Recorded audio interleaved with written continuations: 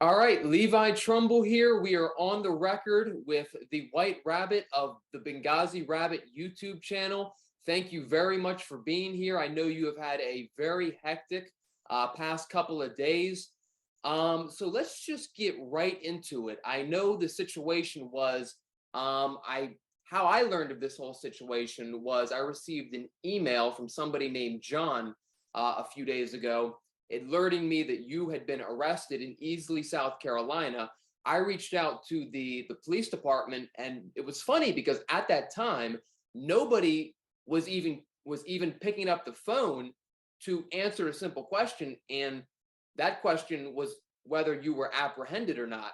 So it actually took me until the next day until I was able to confirm the story, and they had advised me on the phone that you had been apprehended on trespassing and resisting arrest charges, and that you would be held in custody until your bond trial. That was the word they used. So I couldn't believe it when I heard it. So the first thing I just want to ask you is, what brought you to Easley, South Carolina on June 29th, 2023? All right, so Thursday, June 29th, 2023, this past Thursday, what brought me to Easley, South Carolina actually was a series of events. And it just so happened that our wonderful ex-president, Donald Trump, was speaking relatively close by. So what brought me here was a sequence of events, and we'll back it up just a little bit. The Mm. sequence of events started actually in Charlotte County, Florida. This started by Charlotte County, Florida, having a county ordinance that says you can't record in a government building. Well, we all know that's not true. So after doing some stuff down there and getting some written trespasses on the record for the White Rabbit for this unconstitutional violation, I shifted up to South Carolina for multiple reasons. Because was going to cover a quick story about a superintendent being forced to resign for all his stuff. There's a good story about that, but also cover the president and his rally and stuff out here. So it was a sequence of events, and Easley just happened to be in line with that. So there was an older story that was published about Easley. So my attention was already drawn towards the city hall about something else, but during the course of events from Charlotte County, Easley got back on the radar because they have a city ordinance that directly mimics Charlotte County, Florida, with the Andy Sheets case and the trespass and things like that. So, me being here in the moment, I wanted to conduct my constitutional protected activities on the steps of City Hall with my signs and everything. There was no intention to actually go inside the building. However, in the course of the day, being in the rabbit outfit, I wanted to see if I could use the public facilities, if there were any public facilities available, because I really did need to use the restroom. So Mhm. that is on the record why I stated why I needed to go in. Um, so that's what brought me there originally. It was first I want to see how much money they put into it, but during the course of events, learning more about this city ordinance that they directly mimicked from Charlotte County, Florida, which I had just dealt with like a couple days prior. So it's like, okay, we can see what Easley's up to as well, since we're right here, and Yeah. then we're going to the next news Well, it piece that we almost have. sounds to me like a little bit of a road trip. You started in Florida and you're working your way along the country. Yeah, so it happened to work out in this time period because a friend of mine was in France. So the Florida trip just happened to coincide, and everything worked out to where it led me to Easley that Thursday, June 29th. Interesting. So before we get into what actually happened, I first want to start with sort of the layout of where you were at. So you were at City Hall in Easley, South Carolina. Is that correct? Correct. I was at the City Hall in Easley, South Carolina, and So yeah, um, walk me through sort of the the layout layout of and all that. stuff. So, About the for anyone building. who's Yeah. watching and doesn't have a backstory, you can check out For Officer Safety on YouTube. He has a video that lays out, because he did an audit of this building, so it lays out the layout for you. So in the center of City Hall, they actually have a two-part property. It's divided by a road that goes towards the Sally Port to the police department. So they have this big green area that leads up to City Hall. as well, and then the city hall property itself. The city hall is it's kind of what you expect, a brick building, but then it has two staircases on either side that lead up and then turn up into like an upper walkway patio type deal that you can go inside the main city hall. There's a bottom office for planning and development, I believe, that is around this courtyard. Now, it's recently landscaped and everything within the past few years, so they definitely put a lot of money into doing this whole exterior of City Hall. It's very nice, it's nice. It's a nice place. It's a good atmosphere. So where um, I was doing it on the steps of City Hall itself because it's an elevated platform. So I could have some pretty good sight line of my message and the rabbit itself.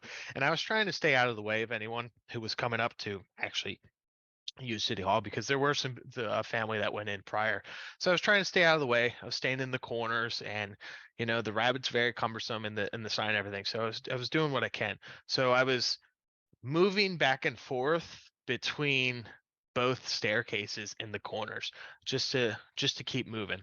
So directly in the entrance of City Hall, like on the actual steps of City Hall, that's where I was positioned.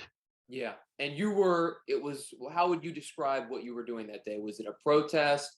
Were you out there to talk to people? Like, what specifically was your goal for that day? So I wanted to learn more about the city itself, Mm. and my activities all coincide with multiple elements of the First Amendment. So lately, I've just continued to take my signage with me, the F Biden sign that's very controversial. Because that brings people in and it draws an attention there. The true aspect of it is to see what people's Mm. thoughts are, if they have anything they want to talk about or anything like that. It's just shock value that used to bring people out. So I was there. I did a prayer in the morning as I usually do, but I was there redressing my grievances against the current president of the United States. But I also wanted to inquire more about the city as well. So I just used that, and I also had my camera set up and everything in case there were any potential people to come up who would like to do an interview or anything and talk on the record. So I had multiple aspects of the First Amendment I was covering in easily that day. So I like to take things in a very chronological fashion. I saw the video, and we'll get more into that in a moment, but it seemed like there was some police officers speaking with some people that you were accompanied with that day prior to anything breaking out. Is that true? Do I have that timeline correct? Yes, I believe so. What was all that about? Were they trying So to trespass you? Were they trying to talk to you? that I can't give any comment Because to. you weren't there. I was not there, nor Yeah. have I seen the footage from their end. Yeah. I do know that from my viewing angle with the limited sightline I did have while in the rabbit outfit, I did notice these two unidentified gentlemen come up. Now, you say they're police officers, but they still aren't identified to me. Mhm. They haven't given me their name or anything like that. And so I don't know what the material in question of that conversation was, so I can't speak for those two gentlemen. Well, from the perspective of them at that time, it looked like it was two gentlemen, and then I believe it was two police who walked up to these two gentlemen. And at that point, you were making your way. It looked like in you were in front of City Hall, about to walk in, when these two police officers spoke to these other two gentlemen you were accompanied with that day. So Correct. that's what it looked like. So about that time is when I was doing a walk around of the courtyard. I would call it a courtyard. I'm not entirely sure what the Yeah. correct nomenclature would be for that specific area out front of the building. But I was checking it out and notating the different landscaping and brickwork as well, and just checking out the general grounds of the facility. Those gentlemen did end up walking past me and going inside the facility.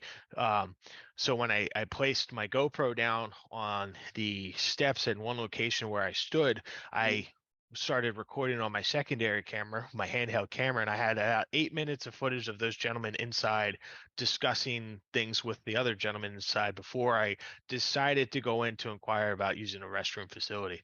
Yeah. And so let's just pick it up from there.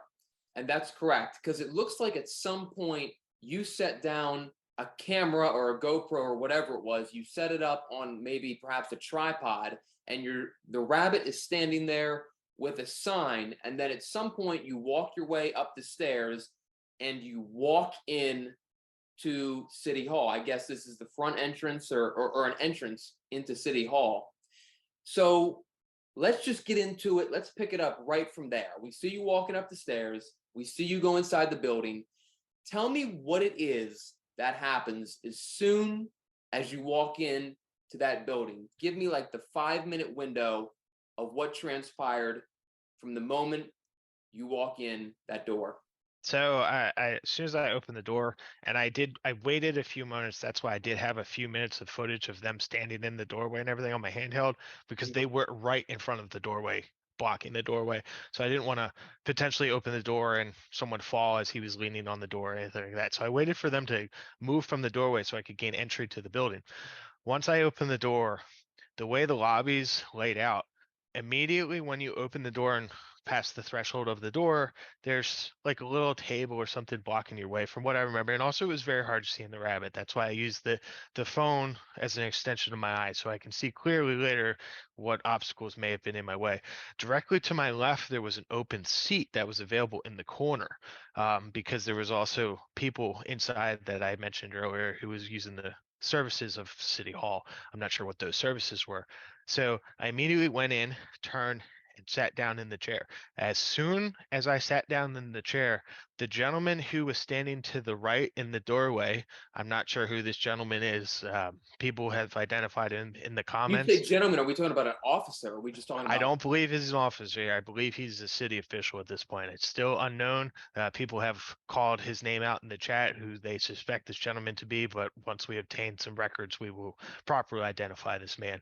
This man is, well, we'll get to this point. So he said that I need to put my camera away. So I raised my camera up a little bit so I could see who this gentleman was through my eyes, through the camera. And as soon as I did that, he pointed to the other gentleman in question, which you say are police officers. So they said to me, the one gentleman in the blue shirt, I believe it was, said to me that I am being trespassed. I need to leave. I was like, okay, may I have that in writing, please? My name is White Rabbit. And he said, may I have your ID? I just said, my name is White Rabbit, sir. And as I said that, I started to stand up. The moment I stood up, because he didn't accept the White Rabbit name, the moment I stood up, his right hand went and grabbed my arm, and his left hand went to attempt to take my iPhone out of my right hand as I was holding it right there. And immediately there, I pulled back. Now, at this moment, I'm not sure if the iPhone cut off due to him grabbing it in such a way, and I will demonstrate like this. Now with the iPhone, if he grabs it in such a way and hits one of the volume buttons, it'll stop the recording. So with his movement there, I'm not sure if he actually did disable the recording at that moment or not, but I pulled away and started moving towards the door as I stood up, because I told him I was standing up to leave, and I was leaving since he would not accept the White Rabbit name that I used. So I was moving to the door. As I moved to the door further, the gentleman grabbed me from behind and started to pull me down onto the ground. No one identified themselves as law enforcement. No one told me what I did wrong, that I was being trespassed for, as I asked for it in writing.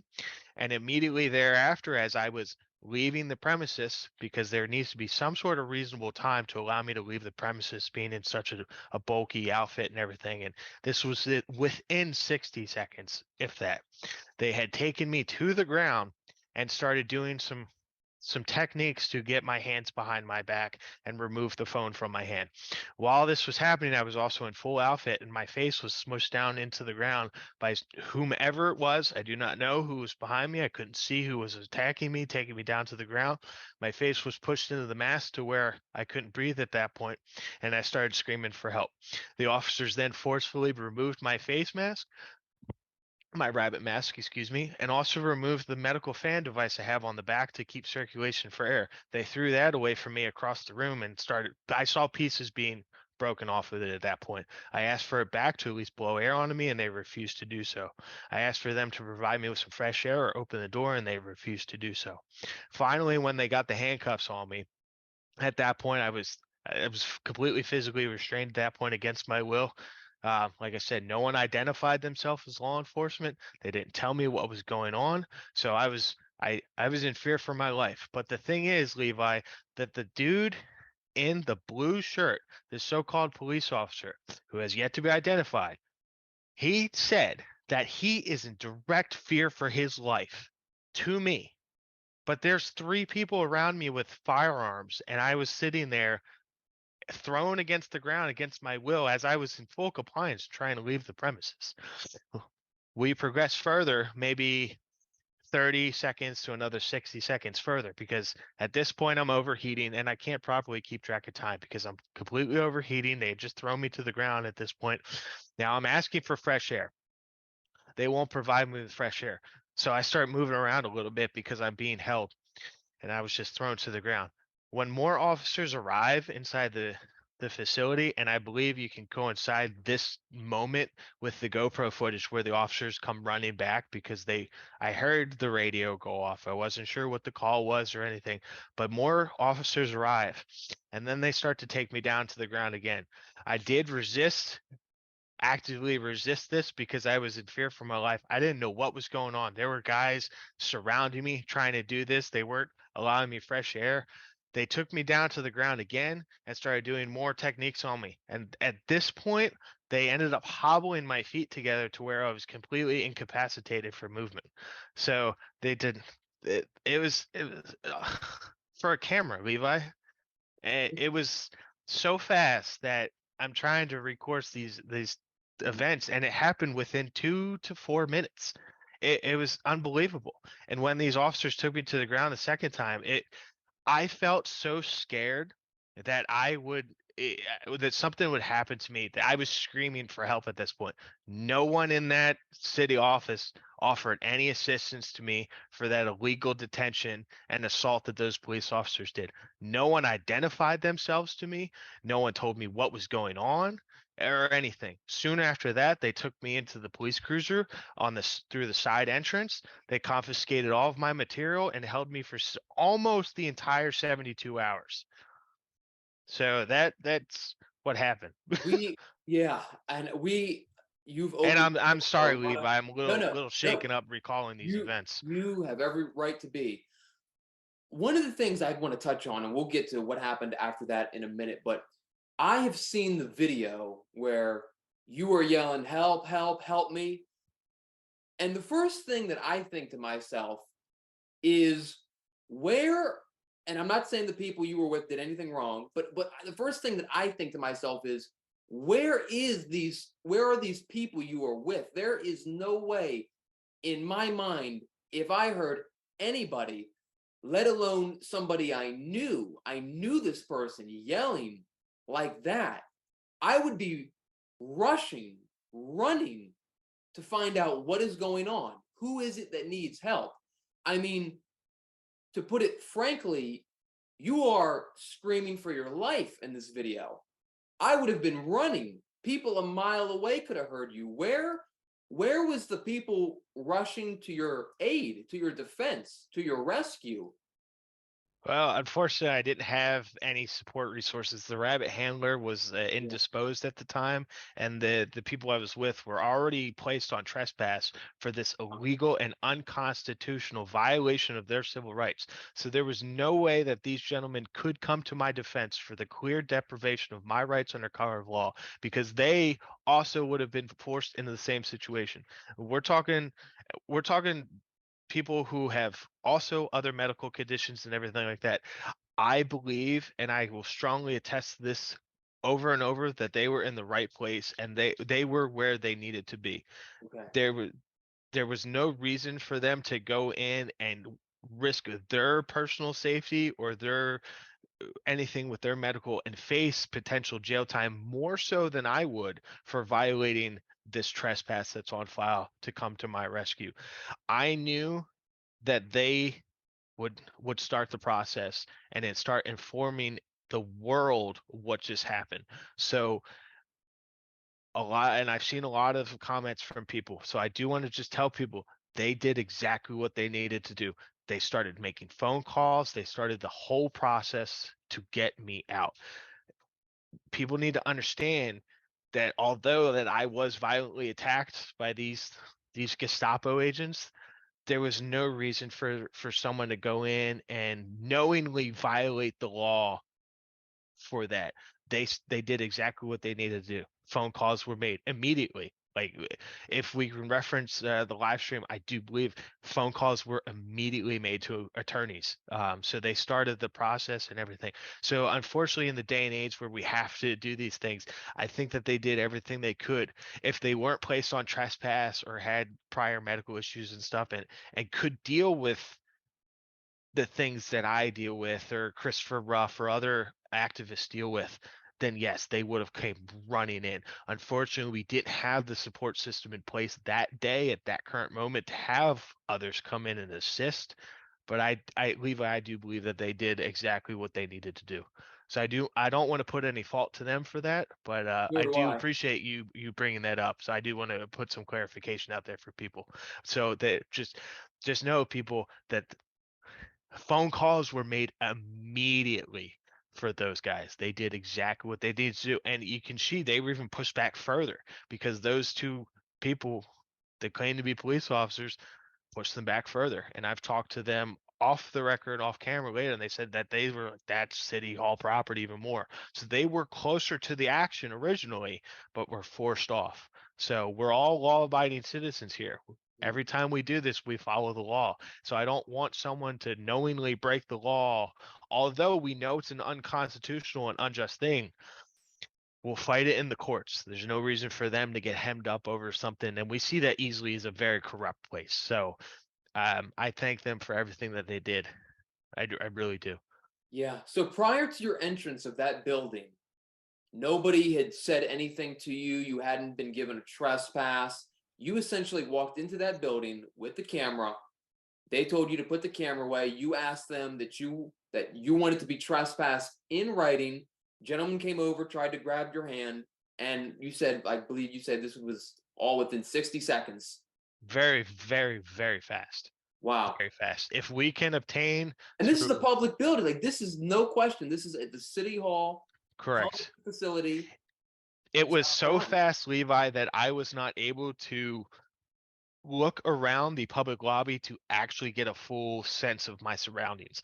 All I was able to ascertain with my vision at the time was when I immediately sat down, there was a citizen directly to my left, as like the wall here. So he was sitting right here next to me in the other available chair.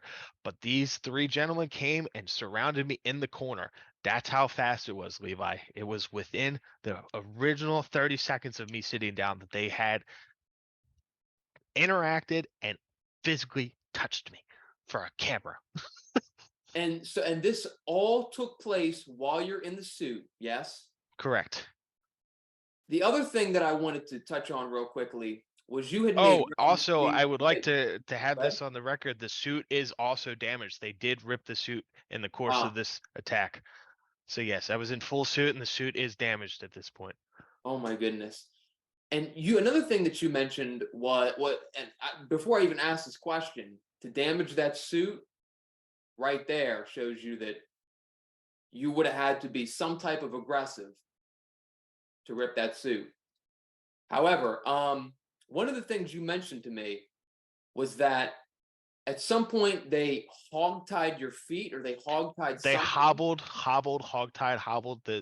They physically restricted my feet together. They tied my feet together Wow. with some restraint device. I heard them say hobble. I've seen it as a hog tie and stuff.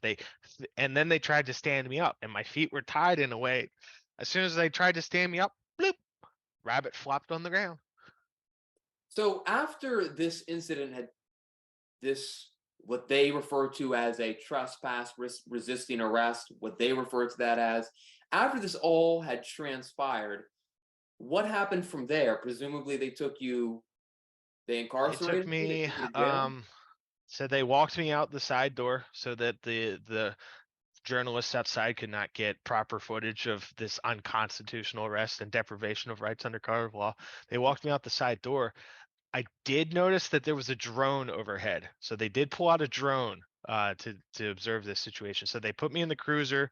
At this point, when I was being put into the cruiser, I did see one uniformed gentleman grab my F Biden sign and place it into his cruiser.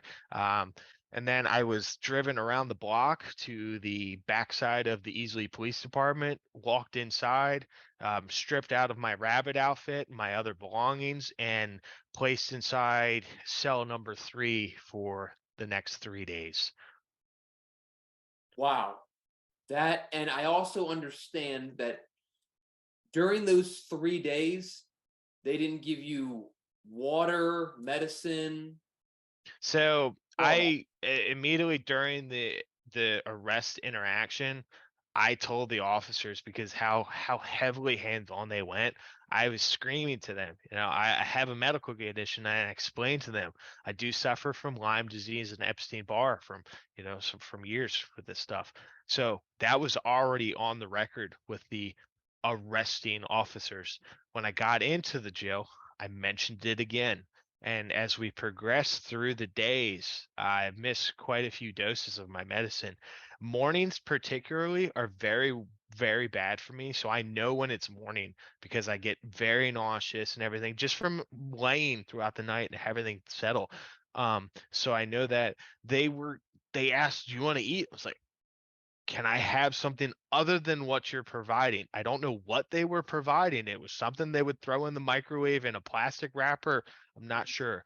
If there could have been a piece of bread or anything, I would have taken that. Something other than that, where I know that there's nothing there. They clearly wouldn't provide me with my medication or any sort of facilitation towards that. I mentioned it numerous times. I even, when I would do the intercom, asking if the judge was available, because I was still sick at that point. Is the judge available? I'm getting close to missing my 3rd dose at this point. Is someone available that I could talk with? Can I make a phone call? Wasn't able to make a phone call or anything. When the judge was finally available to see me, one of the officers came over and said, the judge is coming in, and I pleaded with him, can I please have a cup for some water? And he was like, the judge, you're going to see you in a minute. I was like, dude, please, I just want some water. Clearly you can see that I've just been vomiting for 20 minutes. I'm sweating, I'm freaking crying, my face is all pale. I just need some water. So he gave me a little styrofoam cup to have, but they would not let me keep that after I saw the judge. So since then I had to cut my hands for some water. so then you were able to bond out, correctly? So I had to call 4 different bondsmen myself. The first one I called came What did they set and your bond at? $1,500, 400 and some dollars for the trespass, and then 1,000 for the And you have resisting. to post 10% of that, right? If I did myself, yes. So I'd like to go through this sequence of events really quickly. I did call one. She said that she's on her way. She came down, realized I'm an out-of-state resident, bailed. Called some others. They came down to the same thing. So 3 bondsmen failed and just totally gimped out. The power of the people calling and calling more, because they wouldn't let me call other people at that point. I was trying. So other people called and were able to get a bondsman to come down, and a beautiful, amazing patriot was bonded me out. So the bond was taken care of by a supporter of the movement, and we got out from there. And I do want to notate, I saw a shift in the demeanor of the personnel the 3rd morning, getting closer to the time, because I could hear that they were talking about the rabbit and things like that. And then one of the people that came down was a dispatcher, Bethany Robinson. She actually stood there for about 30 minutes or so and let me make more phone calls to try and sort out the situation. So she worked with me closer to the end, but I do believe that was because of the pressure that was coming on from all the phone calls. Plus, it was getting very close to the time that I would have been moved to county. So I think she did want to get me out of there. So at this point, you've been charged. Have they formally served you with a criminal complaint? I was given whatever paperwork they use down here, whatever formalities and stuff that they given. Yep, they charged me with that. So I have a court date for August 1st. Wow. So during that 3 days, you spent in jail. How was that? Talk to me about the cell you were staying in. Did you have to board with anybody? So I was by myself, single cell, terrible, very cold. They gave me one blanket finally about 15 hours in. I asked for a blanket finally, never turned the lights off. I mean, anyone who's been in jail, they know the process. Mm. Um, Overall, it was for the situation of how egregious it was for the clear deprivation of rights. The experience was okay. I can't. There's nothing that's was a bad ringer. They didn't abuse me. Everyone was decently cordial. There were some new officers that were doing booking and everything, and they were decent. There was some stuff that needs to be worked on, but towards the end was when it got better. There, like I said, there's some names out there. So those people, they did well. The other ones that I dealt with, they definitely need some training on just basic human decency. Yeah. So has this whole experience, has it changed you at all, or No, not at all. that? This is exactly what we do when we stand up for freedom. Um, Unfortunately, everyone's like, "Oh, well, why don't you get arrested? This, that, and the other." Of arrest doesn't always have to implement change. We can have change done without having to go to the realms of the arrest. And this is what I was telling some other people when they reached out. Unfortunately, Easley went above and beyond what was called for, and very, very quickly. I just proved in Charlotte County, Florida, that they don't need to go hands-on to still get a trespass issued. The fact that they did all this very quickly and learning more about this, no, it hasn't changed me at all. If anything, it reaffirms the fact that what we're doing is we're on the right path here. We're pointing out corruption and everything that our founding fathers would never have stood for. And that's the reason they wrote those documents for us. So we as a people can hold those who serve us accountable. So my path was led here to easily to expose some corruption. So if anything, it just reaffirms that the white rabbit follows the rabbit hole wherever it may lead.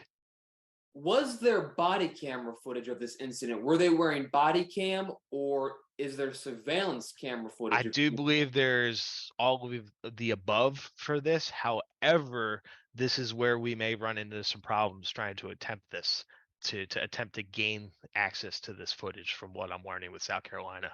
Okay, why do you think so? Well, there's some things that I've heard from other activists and people in the community here. South Carolina has some stuff on the books that makes it very, very hard to obtain body cam footage unless you have case law or so we're gonna see. Yeah, yeah, we definitely are going to see. That is crazy. Do you think that the case against you moves forward, or the state declines to prosecute? What do you think? Um, if there is a smart prosecutor here within the whatever it is, Pickens County or State's within the attorney. state, yeah, if someone's smart and they honor the Constitution, then they would drop this very soon because the intent to sue for a federal lawsuit is inbound to Easley, South Carolina for their clear deprivation of rights under color of law. This is a blatant unconstitutional violation of our rights, especially and as the agent of the press. I was treated in such a way that it's very reminiscent of World War II Germany. So if they were smart and honored the oath that they put forward and honor those pieces of paper that we live by the law of the land, they would drop these charges. And I Yeah. did ask the judge to drop these charges based on those facts. And the judge said, you can talk to the next judge. Wow. Well, here's what I can say. At this process and at this time, I have submitted a Freedom of Information request for all records. That includes charging documents. I want to get surveillance camera footage if they have it, body camera footage.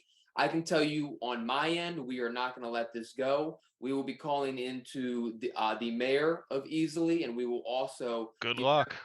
yeah, we will also be attempting to reach out to the governor of South Carolina. We are not going to, we are going to figure out what's going on here. And if there's corruption, if there is an abuse, if there is an abuse of power in South Carolina, in Easley, South Carolina, we're going to see that through. And obviously, with stories like this, They are tragic. They are just as Yep. unfortunate as anything, because Yep. this is not the way citizens should be treated. It's a public building. The taxpayers paid for it. You had every right to be in that video Yep. from every, And you have Levi, every right to be in that building. I'm sorry. Go this ahead. is way more developing than just a Mm. white rabbit being arrested. From what we're learning, it goes way deeper. We are getting some stuff on the mayor for using funds for whatever, God knows. They're paying buku's bucks to appease this guy. So we're learning a lot more about Easley. So the rabbit hole just gets deeper and deeper as I dive. So people are hearing about this story and gaining the will to come forward and voice what's going on in the community. So we're learning a lot about Easley. This is a huge developing story. Yeah. Yes, it is. And it's one that we all will be on, and one that we will all follow as this case, your case, moves forward. And we will have our hands all over it. But I just want to close out in saying that I apologize for what you went through last week, and just a completely unfortunate situation. We are all wishing you the best, and we hope that there is a good end resolution to all this, and that we don't see things like this continually happen, because obviously it's a tragic situation. So thank you very much for joining us. You shared with us a very powerful story, and again, I just want to thank you for speaking on it today. Thank you for your time. Rabbit lives matter. Amen. Thank you very much.